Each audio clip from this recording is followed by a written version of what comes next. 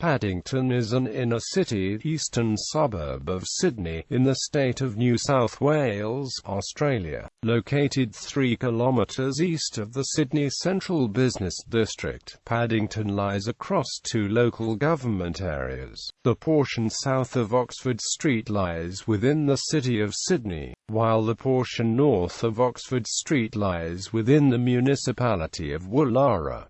It is often colloquially referred to as Paddo. Paddington is bordered to the west by Darlinghurst, to the east by Centennial Park in Woollahra, to the north by Edgecliff and Rushcutters Bay, and to the south by Moore Park. History. Aboriginal people. The suburb of Paddington is considered to be part of the region associated with the stories of the Cadigal people. These people belonged to the Darug language group, which includes what is now known as the Sydney Central Business District. It is known that the ridge, being the most efficient route on which Oxford Street was built, was also a walking track used by Aboriginal people. Much of the Aboriginal population of Sydney died due to the smallpox outbreak of 1789, 1 year after the first fleet arrived in Sydney. Some anthropologists maintain that the tribe moved to other areas of the shared Eora language group. At the time when Robert Cooper began to build his first house in Paddington, approximately 200 Koori people were living in Woollahra in housing which Governor Macquarie had built for them. Paddington has never been a suburb with a dense Indigenous population. In the 1930s, when parts of Sydney such as Redfern and Glebe became hubs for Aborigines entering the labour force, Paddington continued to be a European working-class suburb. European settlement 1788 to 1800. In 1788, the first fleet arrived in Sydney Harbour and established a settlement in Sydney Cove. 3 kilometres to the east lay the land that would become Paddington, with a high sandstone ridge, eroded by streams leading to a marshy rush-filled cove too shallow for ships. The area was ignored by the newcomers, except for collecting rushes for thatch. 1801 to 1840. On a path used by local Aboriginal people, a road of some form was built by Governor Hunter to South Head as early as 1803.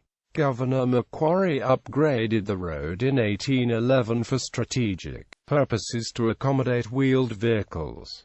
The road was improved by Major Druitt in 1820 to give fast access to the signal station at South Head. It was also to give access to the salubrious villas built by the colony's emerging plutocracy. The road was renamed the Old South Head Road after construction of New South Head Road along the harbour foreshore was begun in 1831. The first land grant in the Paddington area of 100 acres was made to Robert Cooper, James Underwood, and Francis Ewan Forbes by Governor Brisbane in 1823, allowing them to commence work on the Sydney distillery at the eastern end of Glenmore Road. A mill was located at the end of Gordon Street and run by the Gordon family, grinding wheat from the early 1830s. It remained a prominent feature of the local landscape as houses were built, and as wind power was replaced by steam. Cooper built his mansion, Juniper Hall, on the South Head Road ridge, while Underwood built his house on Glenmore Road, between today's Student Lane and the former distillery. The suburb's name came about when in October 1839 James Underwood subdivided 50 of his 97 acres. He called his subdivision the Paddington Estate after the London borough of that name. It extended from Oxford Street down to present-day Paddington Street. 1841 to 1900. After the commencement in 1841 of Victoria Barracks, the village of Paddington soon emerged, much of it around the cottages of the many artisans, stonemasons, quarrymen, carpenters and labourers, who were working on the construction of the barracks.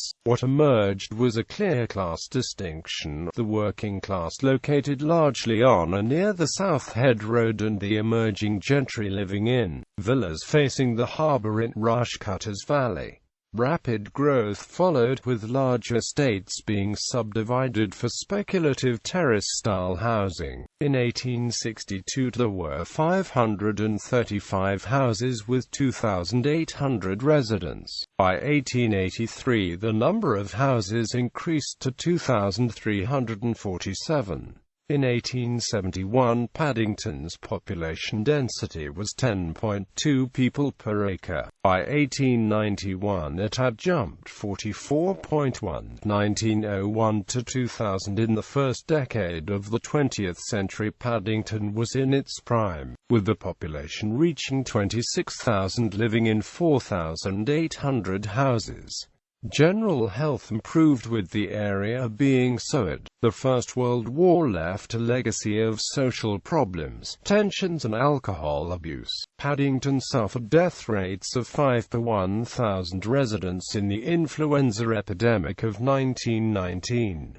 Developers were disparaging about densely populated areas, like Paddington, describing them as unhealthy, and promoting sanitized garden suburbs such as Haberfield. In Paddington, the unskilled, those with a trade and those renting, were hit hard during the Depression, with 30% unemployment. The post-war County of Cumberland planning scheme for metropolitan Sydney slated Paddington as a slum ripe for total redevelopment. A 1947 map titled Paddington Replanning proposed demolition of virtually all existing housing to be replaced by blocks of flats. However, with the newly arrived migrants from Europe finding Paddington affordable and a convenient place to live, slum clearance faded from the political agenda. In the 1960s, a middle-class bohemian invasion began and Paddington became very multicultural. From 1960, many professional people, many who may have returned from living abroad, recognized Paddington's potential, particularly the suburb's close proximity to the CBD. With the restoration of often derelict houses, there developed a new awareness and interest in the historical and aesthetic qualities of the area.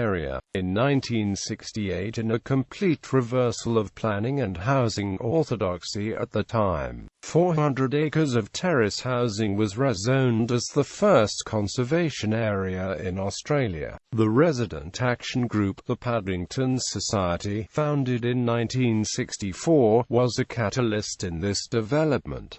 Heritage conservation status of Paddington. Paddington is a rare and largely intact example of an early Victorian residential suburb. Its unique qualities may be attributed to its close proximity to the city, the topography of its harbour location, the process of development and subdivision of early land grants, and the short period in the late L90HC in which it was largely built out. The distinctly Australian terrace evolved from earlier Georgian and Regency models to form an exceptionally cohesive dormitory suburb. The heritage conservation status of Paddington, its streets and houses, its rooms and details, is recognised as being of national and state significance. With this conservation status comes an obligation for all generations to look after the place in all its detail, so as to retain its cultural and heritage significance for future generations.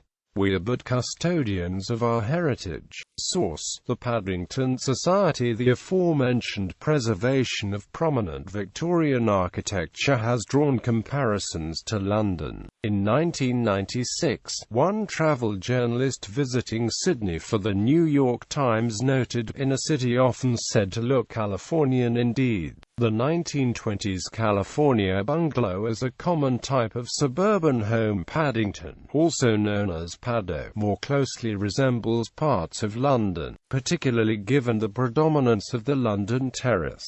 Commercial areas. Commercial activity in Paddington is diverse and can be divided into a number of precincts. Oxford Street. Oxford Street is a 1 kilometre-long shopping strip extending unbroken the length of Paddington, at least on the north side of the street. While there is a range of specialty shops and cafes, it is the plethora of clothing boutiques that has put Oxford Street on the tourist map. Bookstores and cinema are located at the Darlinghurst end, while pop-up shops and personal services, hair, nails and massage, are becoming more prevalent closer to Woollahra, with AM and PM bus lanes in operation on weekdays along Oxford Street. Lack of parking is an issue for retailers, as are the high rents. Since around 2000, low-rise retail office developments, such on the former site of the Royal Hospital for Women, have complemented the 19th-century scale of Oxford Street. Unlike the bulky multi-story Telstra Overseas Communications building that opened in 1960, Paddington Markets. The Paddington Markets has been held every Saturday in the grounds of the heritage-listed Paddington Uniting Church on Oxford Street since 1973. The market was established to persuade local craftspeople, designers of fashion, artists and jewellery makers to display and sell the wares. William Street. William Street off Oxford Street is where an eclectic bunch of designers and traders sell their wares from the tiny shops and terrace houses. The William Street Festival has been held every September since 2009. Five Ways. Five Ways is an intersection with a village atmosphere located in the northern, harbour-facing part of Paddington. As well as providing for the day-to-day needs for residents, Five Ways offers a wide range of eateries with alfresco dining. Back streets. In the leafy back streets, the numerous hotels are matched by the proliferation of galleries, interior design, antique dealers and restaurants. Despite the advent of shopping malls at Bondi Junction and Edgecliff, corner shops can still be found in many streets including Albion, Boundary, Cascade, Elizabeth, Flinders, Gordon, Hargrave, Hopeton, MacDonald, Sutherland, Regent and Underwood streets. Transport. Tram. As part of Sydney's tramway network, 2 tram lines ran through Paddington, one along Oxford Street, the other through Five Ways. The Oxford Street line opened in 1884 as a steam tramway to Bondi. Electric services commenced on the same line in 1902. Both lines closed in 1960. Bus. Paddington is serviced by Sydney buses, either along Oxford Street or through Five Ways. Oxford Street services. M40 Chatswood to Bondi Junction via City. 333 Circular Quay to Bondi Beach via Bondi Junction. 352 Bondi Junction to Marrickville Metro via Surrey Hills and Newtown. 378 Railway Square to Bronte via Bondi Junction. 380 Circular Quay to North Bondi via Bondi Beach and Bondi Junction. Five Ways services. 389 Piermont to North Bondi via Woollahra and Bondi Junction. Bus services are also on New South Head Road between the city, Woolloomooloo, King's Cross, Rushcutters Bay, Double Bay, Rose Bay, Vaucluse and Watson's Bay. Rail. Paddington's closest railway station is Edgecliff, an underground railway station on the eastern suburbs line of the Sydney Trains network. Landmarks. Paddington Town Hall. Sir Henry Parkes laid the foundation stone for the Paddington Town Hall in 1890 when Paddington was a separate municipality. It opened in 1891 and remains a distinctive example of Victorian architecture in Sydney. The clock tower is 32 metres high and, being on the ridge of Oxford Street, dominates the skyline, whilst the eastern, southern and western faces of the clock display display the conventional Roman clock face numerals. The Roman numerals on the northern side of the clock have been replaced as follows: 1 D, 2 U, 3 S, 4 T, 5 H, 6 E, 7 7 8 E, 9 D, 10 V, 11 A, 12 R. This was done to celebrate the coronation of King Edward VII, and commencing at where the 8 ought to be, the northern clock face reads E, D V, A R, D U S T H E 7. The clock was officially set in motion on Wednesday, the 30th of August 1905, by Mr. J. H. Carruthers, the Premier of New South Wales, who mentioned in passing that he thought that the day on which peace had been declared between Russia and Japan was a fitting time to set it in motion, and that he hoped there would be peace and goodwill on earth as long as the clock continued to go. The building now houses radio studios, a cinema, Paddington Library, and is a venue for private functions. Paddington Town Hall was the site of a meeting of rugby league players in 1908, at which the Eastern Suburbs Rugby League Club, now the Sydney Roosters, was officially formed.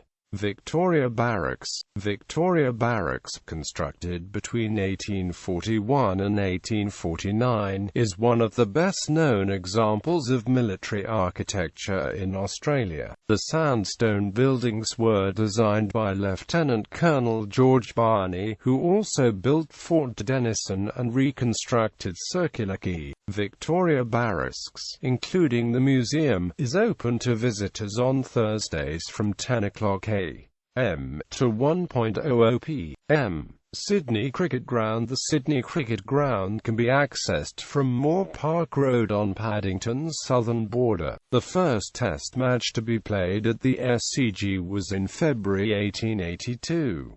The SCG is the home ground of the Sydney Swans Australian Rules Football Club. Public tours are available every day except Sundays. Sydney Football Stadium. The Sydney Football Stadium is on Moore Park Road on Paddington's southern border. It is the home ground of the Sydney Roosters, NSW Waratahs and Sydney FC, and can be seen best from the top of Oatley Road, just outside the Paddington Town Hall. Juniper Hall. Juniper Hall was built by Robert Cooper, an ex-convict, in the 1820s and is the oldest house in Paddington. It is a large, dominating structure located diagonally opposite the Paddington Town Hall. It underwent significant restoration when owned by the National Trust of Australia. In 2013, the building was sold to the Moran family for the Moran Arts Foundation for exhibitions and events. Oxford Street. Oxford Street was originally used as an Aboriginal walking track, then as a faster route to South Head. Trams once ran along Oxford Street to Bondi and other beaches, once serving the needs of the local residents. The street has changed to now serve the many visitors to Paddington who come to promenade and window shop. Paddington Reservoir. The Paddington Reservoir in Oxford Street provided water to parts of Sydney between 1866 and 1899. In 2006, the remnants of the reservoir's vaulted construction were preserved with a sunken garden known as the Paddington Reservoir Gardens at Walter Reed Reserve. Trumper Park Oval. Trumper Park Oval, located at the corner of Glenmore Road and Hampton Street, is named in honour of Victor Trumper, a famous Australian Test cricketer. The Oval has a long history with the Australian Football East Sydney Club, as well as with cricket and local athletics. A series of walking trails through a dense bushland gully connect to surrounding streets and lead to the Paddington Bowling Club and the Palms Tennis Centre. White City Tennis Centre. The White City Tennis Centre has been a big part of Australian tennis since its opening in 1922. The venue has played host to many events including the New South Wales Open, the Australian Open and the Davis Cup. The centre court area is one of the few remaining natural grass courts in Australia that has the capacity to host major competitions. In 1954, a crowd of 25,000 watched the Davis Cup final, a record that still stands for any outdoor Davis Cup match played in Australia. Tivoli Terrace. Tivoli Terrace. Tivoli Terrace is a contemporary refurbishment of a classic terrace house from 1880. Designed by Chris Boss of Lava Architects, the modern residence has been featured worldwide and is a showcase for a creative approach to the challenge of a small and narrow classic terrace house. Heritage-listed buildings. The following buildings are heritage-listed: Juniper Hall, CNR Oxford and Ormond Streets; Victoria Barracks Oxford Street; Paddington Town Hall Oxford Street; Paddington Courthouse, Jersey Road; Paddington Public School, Oxford Street; Uniting Church and Parsonage, Oxford Street; St. Matthias Church Group, Oxford Street; St. Matthias Former Rectory, 495 Oxford Street; St. Matthias Church Hall, Oxford Street; Royal Hotel, Glenmore Road; Paddington Post Office, Tabor Cottage, Jersey Road.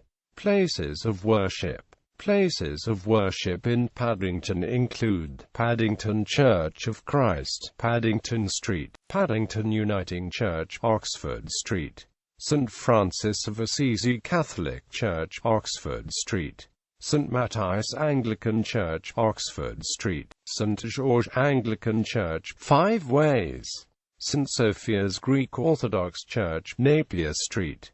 Education. Preschool Ku Peter Pan Paddington Preschool, Union Street; Ku Kira Childcare Centre, CNR Moore Park Road and Oatley Road; Paddington Church of Christ Kindergarten, Paddington Street; Paddington Children's Centre, Paddington Uniting Church, Oxford Street; SDN Paddington, Keeley Street; Primary Glenmore Road Public School, Glenmore Road and Cambridge Street; Paddington Public School, Oxford Street; St. Francis of Assisi School, Oxford Street; Sydney Grammar School, Alma Street; Secondary Nil. Sydney Technical High School, opened in Albion Street in 1925, was relocated to Bexley in 1956. Tertiary UNSW Art Namp Design, Napier Street; Academy of Makeup, Victoria Street. Community and Recreation. Community groups: Paddington Darlinghurst Community Working Group; the Paddington Society, a community action group; Paddington Woollahra RSL Club, 220 to 232 Oxford Street; Paddington Woollahra Youth Service; Sport Maccabee Tennis White City, Alma Street; Paddington Lawn Bowls Club, Quarry Road; The Palms Tennis Centre, Quarry Road; UTS Australian Football Club play home games at Trumper Park Oval. Libraries. Paddington Library, a sub-branch of Woollahra Library, is located at 249 Oxford Street, on the ground floor of Paddington Town Hall. Cinemas. Chorville Cinema, Oatley Road next to Paddington Town Hall. Palace Verona Cinema, 17 Oxford Street. Art galleries. Numerous private art galleries are a feature of Paddington.